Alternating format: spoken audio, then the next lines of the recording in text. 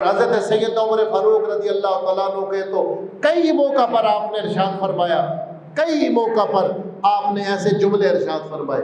ایک مقام پر ایک خاتون تھی جس کے پیٹ میں بچہ تھا، اور اس نے اقرار بھی کر لیا اور گواہیاں بھی تھی کہ یہ بدکاری اس نے کی ہے۔ تو سیدنا عمر فاروق نے فرمایا کہ اس کو سنسار کر دیا جائے، شادی شدہ عورت ہے، شادی شدہ بندہ جب بدکاری کرے تو سنسار کرنے کا حکم۔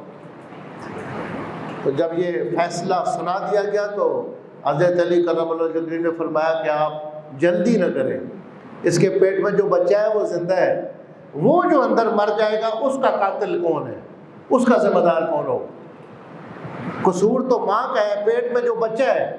حضرت عمر فاروق نے فرمایا کہ پھر کیسے کرنا چاہیے؟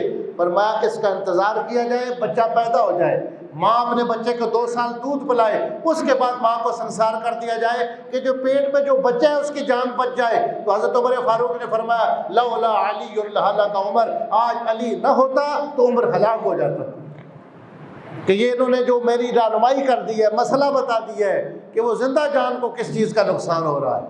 یعنی رجوع کرو ان سے جو اولو الامر ہے۔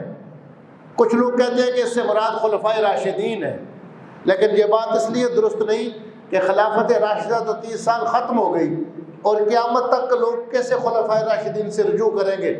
اس سے مراد وہ لوگ ہیں جو خواہشات نفس سے آزاد ہو کر اللہ کی کتاب پر اور اللہ کے رسول کی سنت پر علم رکھنے والے ہیں۔ یہی وجہ ہے کہ صحابہ کرام خلافت راشدہ کے بعد بھی اس بندے کی طرف رجوع کرتے تھے جو کتاب و سنت کا زیادہ علم رکھنے والا ہو۔